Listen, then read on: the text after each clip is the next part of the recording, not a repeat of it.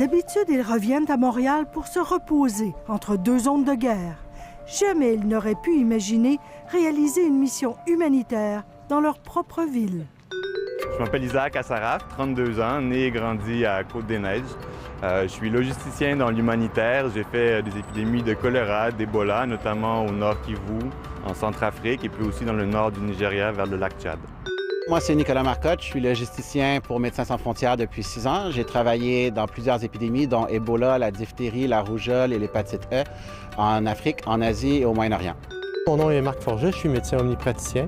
Et puis, depuis 2002, je fais du travail humanitaire à temps complet depuis 2013. Et j'ai travaillé dans des contextes d'épidémie, de conflits armés et de déplacement de population. Marc Forget a démissionné de Médecins sans frontières 3 mois avant la pandémie de COVID-19. L'insécurité, ça a été mon quotidien pendant 7 ans. Et en revenant à Montréal, je voulais me ressourcer, je voulais travailler dans un milieu plus calme. Quand les premiers cas sont confirmés à Montréal, le médecin s'inscrit sur le site « Je contribue », mais il n'a pas de réponse. Une amie à l'hôpital de Verdun le recrute.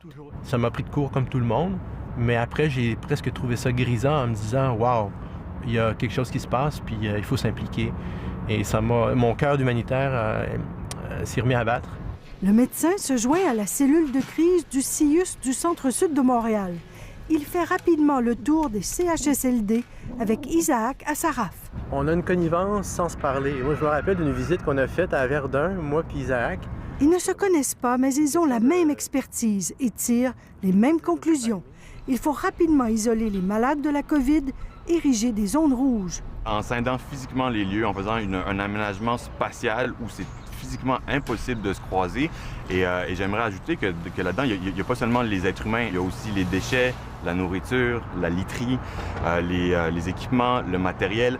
Toutes ces choses-là sont des vecteurs. Et il faut des circuits pour assurer qu'il n'y ait pas de contamination croisée. On fait beaucoup de gestion de risque et c'est un paramètre qui n'a pas toujours été pris en compte dans la gestion de cette crise. Est-ce que ça a été le premier CHSLD où vous avez travaillé? Isaac et Marc ont visité l'Institut de gériatrie de Montréal le 25 mars. Ils ont tout de suite recommandé de construire une zone rouge dans l'amphithéâtre. 8 jours plus tard, elle n'était toujours pas en place. C'est frustrant. Il y a beaucoup de frustration parce que vous savez ou vous pensez savoir ce qui va aider. Et la mise en œuvre est très longue. Et quand on est dans l'urgence, on n'a pas ce luxe-là. Pendant qu'on attendait les autorisations pour construire des murs et installer des lavabos, le virus a eu le temps de se propager. Et vous le voyez que le couloir qui est là, il y en a 8 sur 10 qui vont partir. Vous le savez. Et c'est quelque chose qui est un peu dur, alors vous êtes pas fataliste, mais vous êtes réaliste et vous essayez de faire le mieux pour ceux qui restent. Ce que j'ai trouvé plus difficile, c'est une certaine lourdeur administrative dans la prise de décision. Moi, j'ai l'habitude dans mon travail de prendre des décisions et de les rendre opérationnelles la même journée. C'est la prise de décision ici qui est très décentralisée et dans laquelle il y a énormément de paliers et qui est souvent réversible. Alors on fait un pas en avant, 2 pas en arrière. Ce que j'ai trouvé le plus difficile, c'est de voir comment le manque de personnel qu'il y a dans le réseau a limité les mesures qu'on a pu mettre en place pour gérer l'éclosion. Si on attend d'avoir la solution parfaite, elle n'est plus trop tard. Il est trop tard. Nicolas Marcotte a travaillé dans une quinzaine de CHSLD.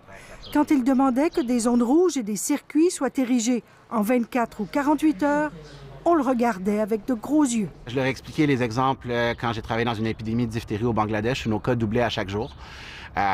Chaque heure compte, chaque journée compte parce que sinon on va perdre le contrôle rapidement. Dans chaque centre où Nicolas est passé, les techniciens ont réussi à construire les zones rouges, les circuits, les espaces d'habillage et de déshabillage en 2 jours. Dès qu'on va dans l'admission d'urgence, il faut bypasser les systèmes un peu.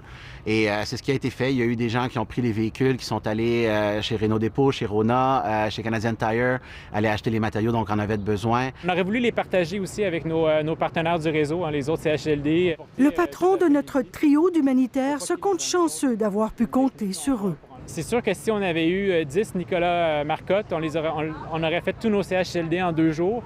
Peut-être qu'on aurait été plus près. Moi, je suis content de participer à ça parce que Oui, c'est vrai que c'est une tragédie, mais il y a beaucoup de positifs qui vont sortir de ça, je pense. Puis les équipes vont être... les équipes médicales, en tout cas, sont plus soudées qu'ils l'ont jamais été.